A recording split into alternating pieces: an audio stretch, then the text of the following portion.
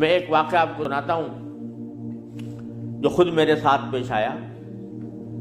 میرے پاس کئی سال پہلے کی بات ہے، جرمنی سے ایک صاحب کا میرے پاس خط آیا اور انہوں نے اپنا حال یہ لکھا کہ میں پاکستان میں تھا اور وہاں سے پھر میں روزگار کی تلاش میں جرمنی آ گیا. جرمنی جب آیا تھا تو اس وقت دین کا کوئی احساس میرے دل میں نہیں تھا، دین کی کوئی فکر میرے دل میں نہیں تھی. میں صرف دنیا کمانے کے لیے یہاں پر آ گیا تھا، تو نہ اپنے دین کی کچھ خبر تھی، نہ معلومات تھی، نہ اس پر عمل تھا. لیکن یہاں پر رہتے رہتے میں نے ایک کرسچن لڑکی سے میرے تعلقات ہو گئے اور پھر میں نے اسے شادی کر لی. شادی کے بعد بھی کوئی دین کی طرف رغبت پیدا نہیں ہوئی، کوئی احساس پیدا نہیں ہوا. لیکن جب اولاد ہو گئی اور اولاد ذرا نشو و نما پانے لگی، ذرا سی وہ سمجھدار ہونے لگی، تو اس وقت میں نے دیکھا کہ میری کرسچن بیوی وہ اولاد کو کرسچینٹی پڑھا رہی ہے اور کرسچینٹی کی تعلیم دے رہی ہے.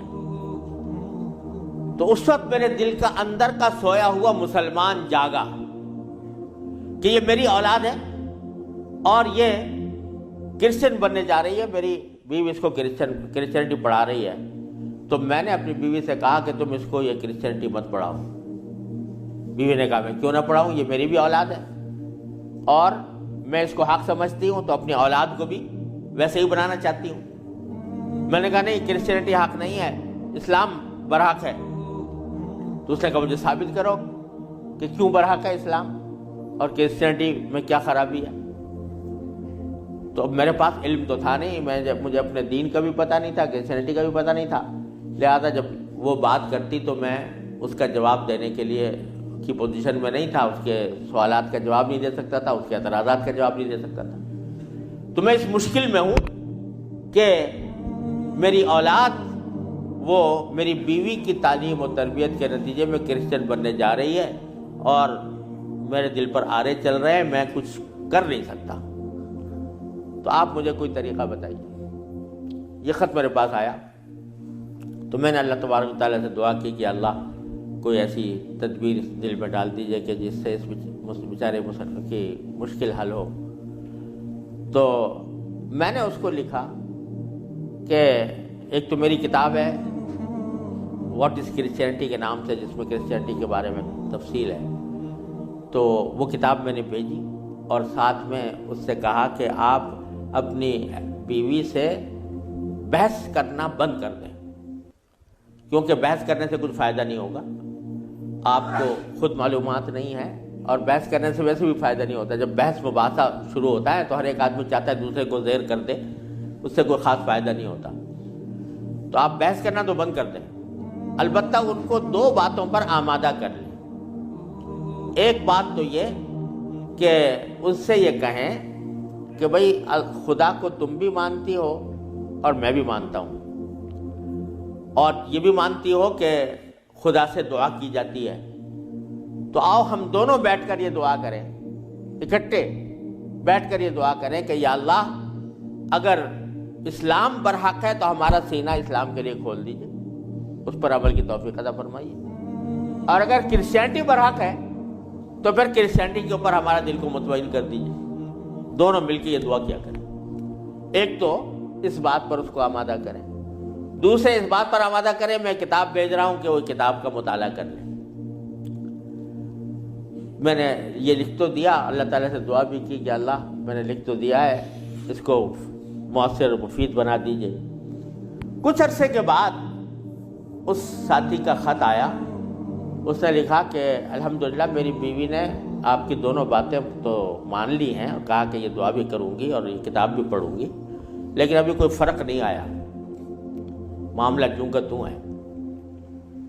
تو میں نے پھر ان کو خط لکھا کہ آپ گھبرائیں نہیں اور اس عمل کو جاری رکھیں، دعا کرتے رہیں، تو گھبرائیں نہیں.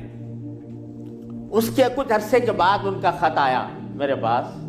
اس میں انہوں نے لکھا کہ عجیب و غریب واقعہ ہو گیا وہ یہ کہ میری بیوی وہ کسی جگہ کوئی ڈگری کورس کر رہی تھی، اس سلسلے میں یونیورسٹی گئی، اور یونیورسٹی سے واپس آتے ہوئے ہم دونوں واپس آ رہے تھے، وہ گاڑی ڈرائیو کر رہی تھی، میں اس کے برابر میں بیٹھا ہوا تھا، تو اچانک اس نے گاڑی ایک جگہ روک کر اور اس نے اپنا سر اسٹیئرنگ کے اوپر جھکا لیا اور بے تحاشا رونے لگی۔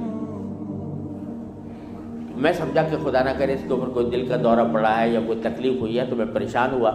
میں نے پوچھا کیا بات ہے، تو روتے روتے اس سے بولا نہیں جا رہا تھا۔ بمشکل جب میں نے بار بار پوچھا تو اس نے ایک جملہ کہا کہ میں اور کوئی تکلیف نہیں ہے، بس مجھے تم مسلمان بنا دو، اسلام میں قبول کرنا چاہتی ہوں۔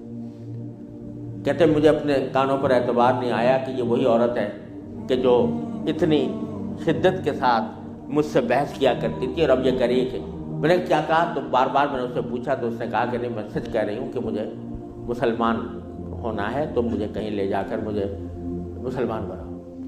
میں پھر اس کو فوراً اسلامی سینٹر میں لے گیا، وہاں جا کے اس نے کلمہ شہادت پڑھا، مسلمان ہوئی، اور اس نے خط میں لکھا تھا کہ یہ اتفاق سے یہ دن رمضان کا تھا، اور آج پہلا موقع ہے کہ ہم دونوں نے سحری میں اٹھ کر ہم دونوں نے اکٹھا روزہ رکھا ہے، اور آپ کو خط لکھ رہے ہیں، اور دوسرا خط میری بیوی کی طرف سے ہے۔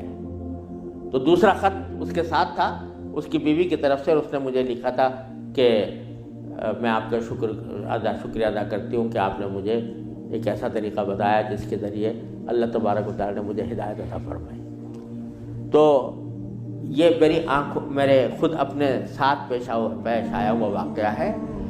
اللہ تعالیٰ سے اگر ہدایت مانگی جاتی ہے وہ دعا رد نہیں ہوتی۔ یعنی بہت سی دعائیں جو ہم دنیا کے لیے مانگتے ہیں کہ یا اللہ ہمارا روزگار لگ جائے، ہماری دولت میں اضافہ ہو جائے، اس میں ضروری نہیں کہ اللہ تبارک و تعالیٰ وہی چیز دے دیں جو آپ نے مانگی ہے، اس لیے کہ بعض اوقات اللہ تعالیٰ کے علم میں ہوتا ہے کہ یہ چیز اس کو دیں گے تو اس کے لیے نقصان دہ ہوگی، کوئی اور چیز دے دیتے ہیں، اس سے اچھی چیز دے دیتے ہیں۔ بعض مرتبہ آدمی مانگتا ہے کہ مجھے میری دولت میں اضافہ ہو جائے، لیکن اللہ تعالیٰ جانتے ہیں کہ اس کی دولت میں اضافہ ہوگا تو پتہ نہیں یہ کس وادی میں جا کے گرے گا، لہذا وہ نہیں دیتے اس کو، لیکن دعا کا ثواب اس کو دے دیتے ہیں۔ اسی طریقے سے بعض اوقات دنیا کے بارے میں اگر یہ ہو کہ بھئی اللہ میاں مجھے محسن فرض کرو کہ بیمار ہے تو شفا مل جائے، تو بیماری کے اندر بعض اوقات اللہ تعالیٰ جانتے ہیں کہ اس کا بیمار رہنا ہی اس کے حق میں زیادہ فائدہ مند ہے، تو وہ بعینی ہی وہ چیز نہیں دیتے، لیکن اس سے اچھی چیز عطا فرما دیتے ہیں۔ یہ اللہ تبارک و تعالیٰ کی سنت ہے دنیاوی چیزوں کے بارے میں۔